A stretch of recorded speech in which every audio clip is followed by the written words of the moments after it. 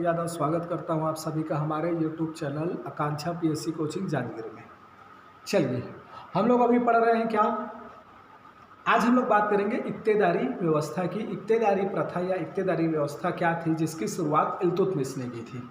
ठीक है जी, इसकी शुरुआत किसने की थी? इल्तुतमिश ने।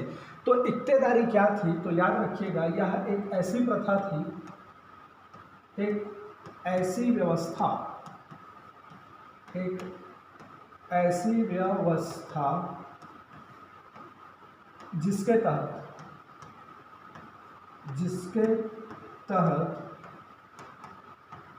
राज्य के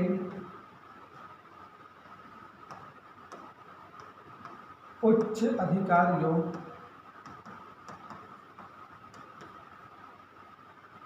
नौकरशाहों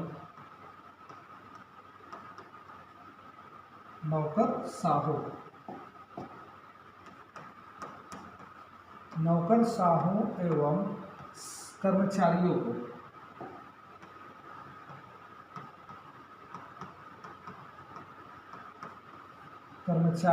सैनिकों इत्यादि को, मतलब जो भी राज्य के अंतर्गत कार्य कर रहे हैं, वेतन के बदले पैसा ना देकर भूमि प्रदान किया जाता था। तो यही था आपका क्या?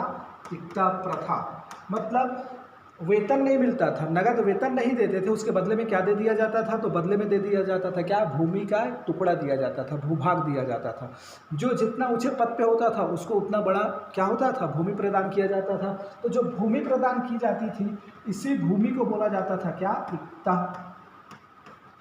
वेतन क्या की जाती थी? पैसा न देकर भूमि प्रदान की जाती थी, और इसी भूमि को क्या बोला जाता था? इक्ता के नाम से जाना जाता था।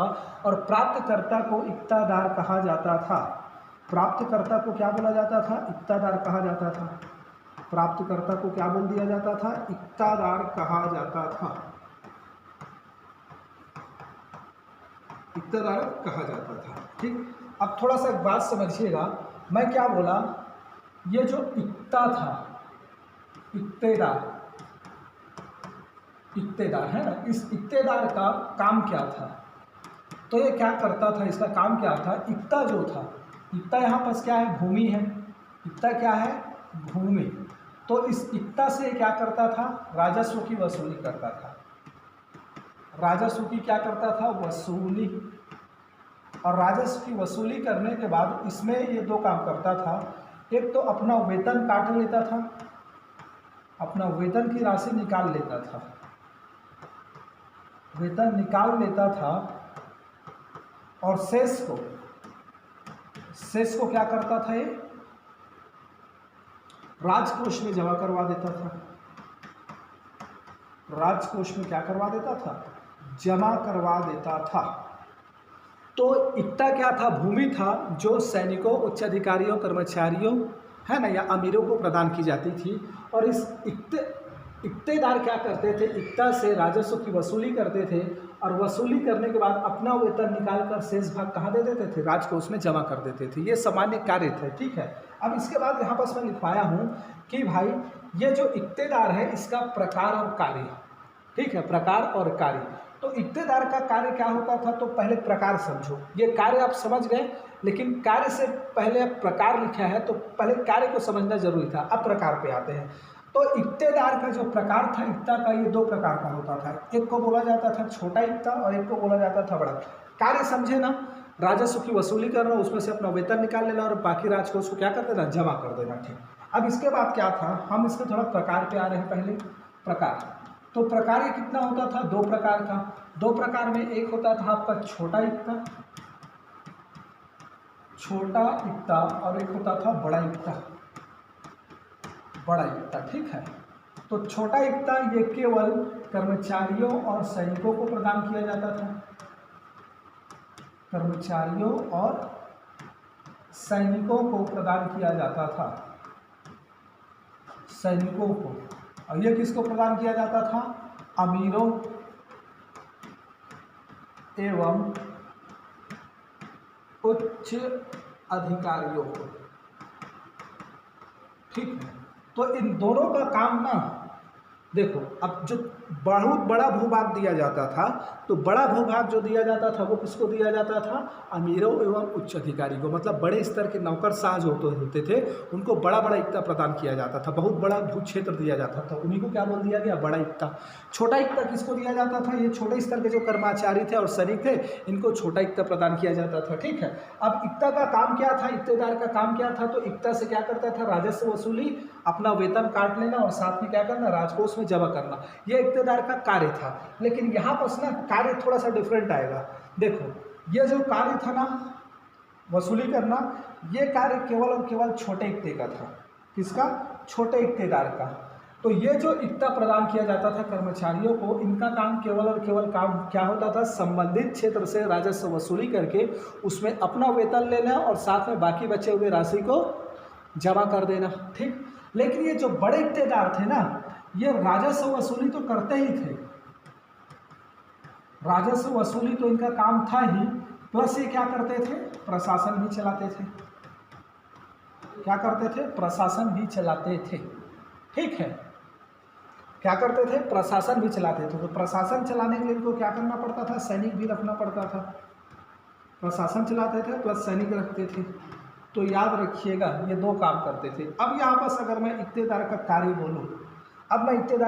बोलूँ, तो यहाँ पर मैं ऐसा बोल सकता हूँ कि इक्तेदार का अगर कार्य बोलेंगे तो कार्य क्या था इक्तेदार का?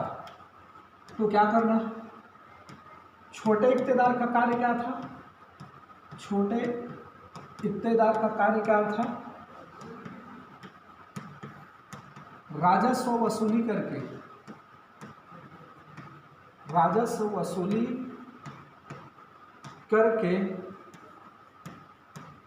अपना वेतन काटकर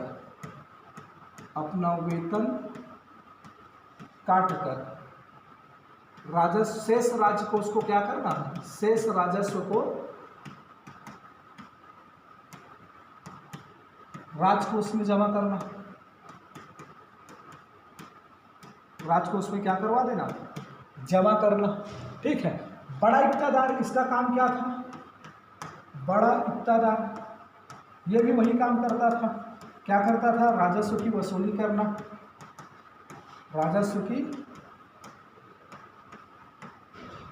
वसूली करना। ठीक है, ये काम कर लिया। उसके बाद क्या करना?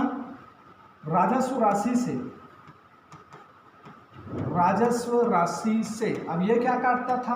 तो ये काटता था अपना वेतन प्लस प्रशासकीय एवं सैनिक व्यय, प्रशासन एवं सैन्य व्यय।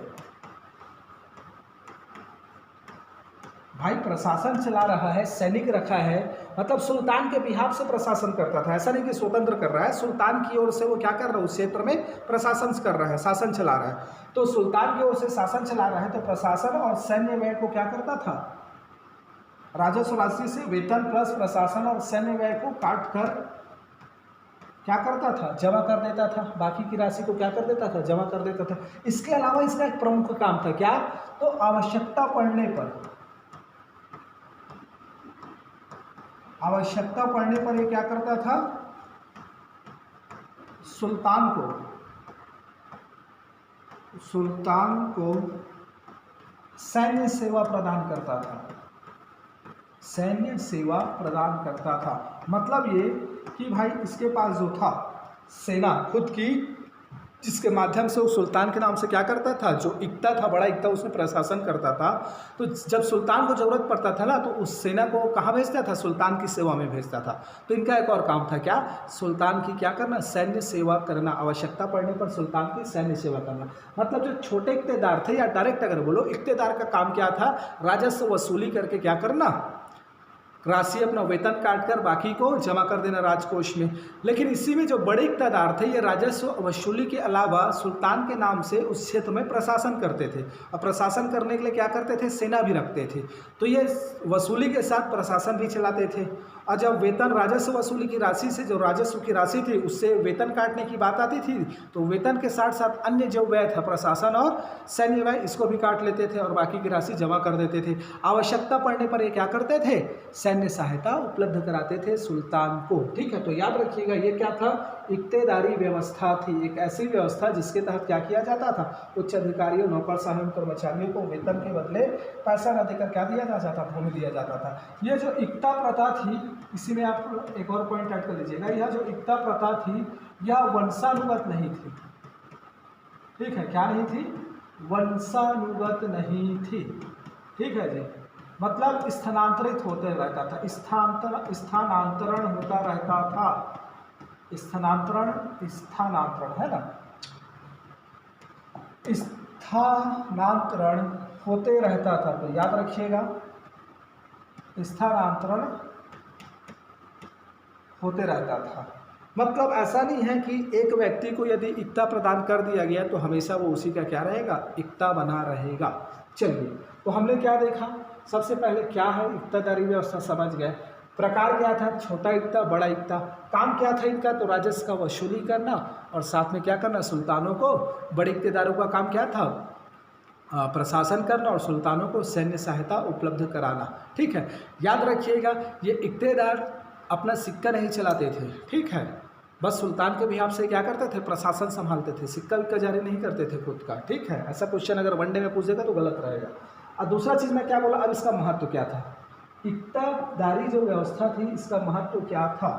तो याद रखिएगा इक्तादारी व्यवस्था का महत्व क्या आया, तो इसका महत्व ये निकल के आया भाई कि इसके कारण क्या होने लगा, सीमावर्ती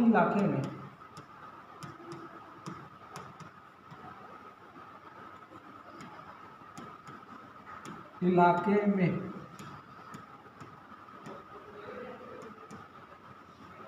सुल्तान का प्रभाव, सुल्तान के नियंत्रण में रहे, ऐसा सुल्तान का नियंत्रण स्थापित हुआ। समझा रहा हूं इसको अभी।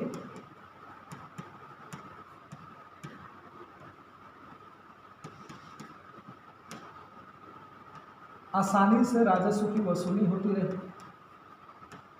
आसानी से राजस्व की वसूली होती रही। बात समझ रहे हो जी। अब मान लो ये साम्राज्य है, यहाँ पर सुल्तान है, ये क्षेत्र है दिल्ली। ठीक है, अब ये पूरा क्षेत्र है, अलग अलग प्रांत है, अलग अलग जगह है। ठीक है, ऐसे ऐसे करके तो सुल्तान का प्रत्यक्ष नियंत्रण कहाँ होगा भाई, आसपास के इलाके में होगा। मान लो इतने में क्या है, प्रत्यक्ष नियंत्रण है। लेकिन बाकी जो दूर दूर का क्षेत्र है, यहाँ पर कैसे नियंत्रण स्थापित होगा, तो यहाँ पर क्या किया डायरेक्ट क्षेत्र को इक्ता में बदल दिया जाता था। जाओ भाई, यहाँ एक इक्तेदार रहेगा और ये इक्ता भूमि हो गई। अब वो इक्तादार यहाँ क्या करेगा, शासन करेगा, प्रशासन संभालेगा सुल्तान की बिहाफ से। तो इससे क्या होता था, सीमावर्ती इलाकों पर जो दूर दराज के क्षेत्र थे, यहाँ पर सुल्तान का प्रत्यक्ष नियंत्रण स्थापित हुआ और आसानी से यहाँ का राजस्व सुल्तान तक पहुँचने लगा। ठीक है, तो ये महत्व था इस इक्ता प्रणाली व्यवस्था की। मतलब साम्राज्य को सुदृढ़ करने में या साम्राज्यवादी विस्तार निधि में या साम्राज्य पर नियंत्रण स्थापित करने के लिए या फिर साम्राज्य से राजस्व की वसूली करने के लिए, आर्थिक स्थिति को मजबूत करने में इसका अहम योगदान रहा।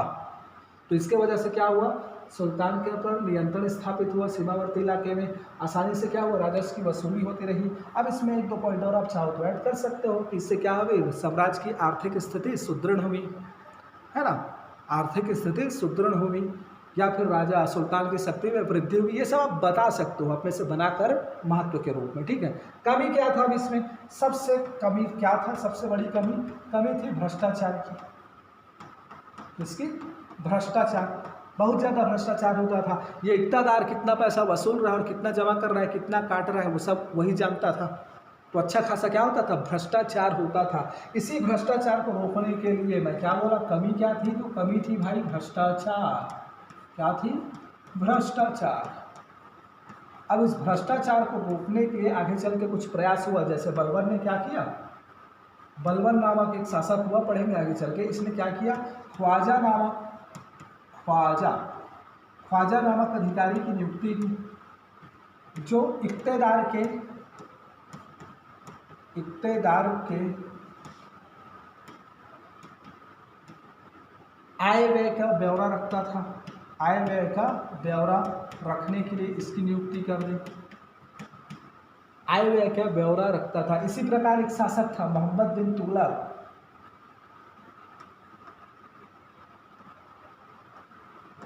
कौन था? मोहम्मद बिन तुगलक। तो इसने क्या किया था? तो इसने क्या कर दिया? तो इसने ना अमीर नामक एक पद ही बना दिया। क्या? अमीर नामक एक पद का सृजन कर दिया और इसका काम क्या था? तो प्रशासनिक व्यवस्था संभालना, प्रशासन का कार्य करना। अभी मैं आपको बताया थोड़ा देर पहले कि जो बड़े इक़्तिदार होते थे, ये बड़े इक़्तिदार क्या करते थे? प्रशासन भी संभालते थे।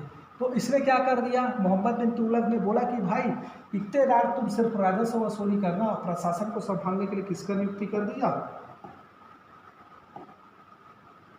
आमिर नामक पद बना दिया। इससे क्या हुआ ना, इक़्तिदार हड़बड़ा गए बहुत, उन पर ना कंट्रोल हो गया, अब वो भ्रष्टाचार नहीं कर पा रहे थे। इसीलिए ना मोहम्मद बिन तुगलक के काल में ना बहुत ज़्यादा विद्रोह हुआ था, इक़्तिदारों ने खुलकर विद्रोह कर दिया था पूरा।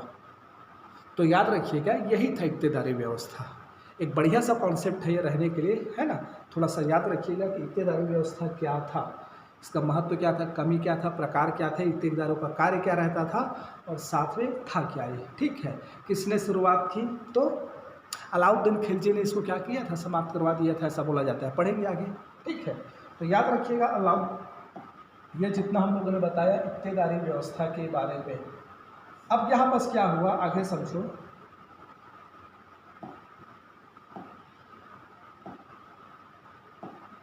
इसी में हम लोग आगे इतिहास थोड़ा लेते हैं। हमने क्या बताया? हमने देखा कि ऐबक शासक बना, कुतुबुद्दीन ऐबक ये संस्थापक था।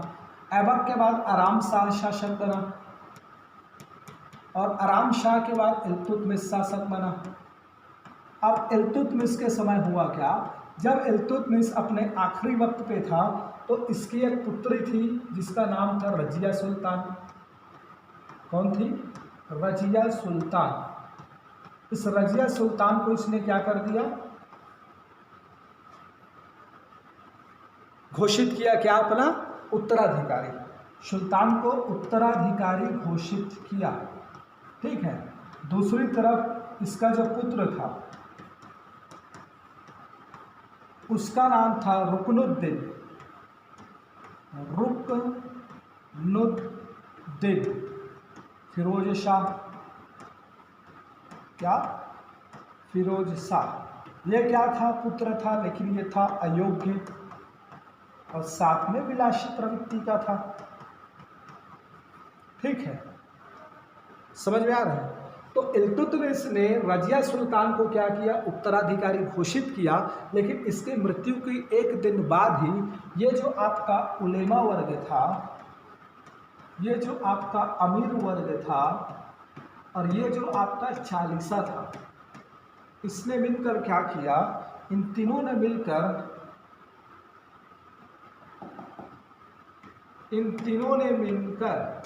क्या कर दिया? एक दिन बाद ही इस रुकनुद्दीन फिरोज शाह को क्या कर दिया? सिंहासन पर बैठा दिया। इसको क्या किया? सिंहासन पर बैठा दिया। और सिंहासन पर बैठाने के पश्चात ये शासक बना और इसकी संरक्षिका के तौर पर, ये तो विलासी प्रवृत्ति का था, संरक्षिका के तौर पर शाह तुर्कान नामक महिला शासन कर रही थी। दिख रहा है ना? शाह तुर्कान नामक महिला क्या कर रही थी? शासन कर रही थी। तो मैं क्या बता रहा हूँ भाई, अंतिम दिनों में इसने क्या किया? उत्तराधिकारी घोषित कर दिया रजिया सुल्तान जो इसकी पुत्री थी। एक पुत्र तो मारा गया था, नासिरुद्दीन महमूद जो था जिसका मकबरा बना। दूसरा पुत्र क्या था? रुकनुद्दीन फिरोज शाह। ये अयोग्य था तो ये समझता था इल्तुतमिश की ये तो कोई मतलब का नहीं है, तो इसको क्या किया? उत्तराधिकारी घोषित किया। लेकिन चूंकि थी ये एक महिला और ये चाहते थे कि इसके बाद सत्ता हमारे हाथ में रहे। ये जो थे ना उलेमा और अमीर, ये हमेशा ये चाहें कि कोई शासक बने, वो कठपुतली बने, वास्तविक सत्ता हमारे हाथों में हो, हमारे इशारों पर शासन चले करके। और अगर कोई तगड़ा बंदा आ जाएगा शासन करने तो वो क्या करेगा? स्वयं शासन करेगा, इशारों पर शासन नहीं करेगा। ये वही चाहते थे। तो इन्होंने क्या किया? और ये भी क्या हो गए थे? शक्तिशाली हो गए थे, प्रशासन पर इनका नियंत्रण था, तो ये भी चाहते थे कि हम पर अब कोई नियंत्रण ना करे, अब जो है वो कठपुतली शासक आए। तो इन तीनों ने मिलाकर क्या कर दिया, रुकनुद्दीन फिरोज शाह को क्या कर दिया, सिंहासन पर बैठा दिया। और ये था निकम्मा, विलासी था। तो इसकी ओर से शासन कौन कर रहा था, शाह तुर्कान, जो इसकी संरक्षिका के तौर पर शासन कर रहे थे। इसने क्या किया शाह तुर्कान ने, तो ये जो शाह तुर्कान थी, कौन थी, शाह तुर्कान, ये जो शाह तुर्कान थी ये क्या कर रही थी, इल्तुतमिश के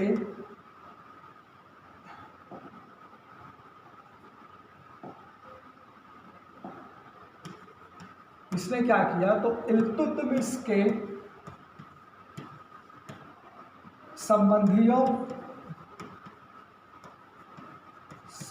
की हत्या कराना प्रारंभ की, हत्या कराना क्या कर दी, प्रारंभ करा दी। तो इससे क्या होने लगा, अब विद्रोह होने लगा, इसके प्रति क्या होने लगा, विद्रोह हो गया, विद्रोह होने लगा। और इसी विद्रोह का फायदा उठाया रजिया सुल्तान ने, फायदा उठाया किसने, रजिया ने। और रजिया ने क्या किया, लाल साड़ी पहनकर आम जनता के समक्ष जाकर न्याय मांगा, लाल कपड़ा पहनकर। असल लिखा मिलता है हर जगह कि इसने क्या किया, लाल कपड़ा पहनकर निकल गई दिल्ली की सड़कों में और जाकर वहाँ पर क्या करने लगी, न्याय की मांग की कि देखो भाई ये तो शासक है लेकिन विलासी प्रवृत्ति का है, और इसकी जो संरक्षिका है वो क्या कर रही है, गलत काम कर रही है, मारकाट करवा रही है। इसलिए देखो कौन शासक बनेगा, मुझे उत्तराधिकारी घोषित किया गया था लेकिन मुझे बनने नहीं दिया गया। तो इसने क्या किया, लाल कपड़ा पहनकर न्याय की मांग की, बोली कि भाई न्याय की मांग, मैं न्याय मांगती हूँ, मुझे घोषित किया गया था उत्तराधिकारी, तो मुझे सुल्तान बनवाओ, है ना। तब क्या हुआ कि जनता के समर्थन से ये रजिया सुल्तान फिर क्या बनी, इसको सुल्तान बनाया गया, ये सुल्तान बनी थी, शासिका बनी।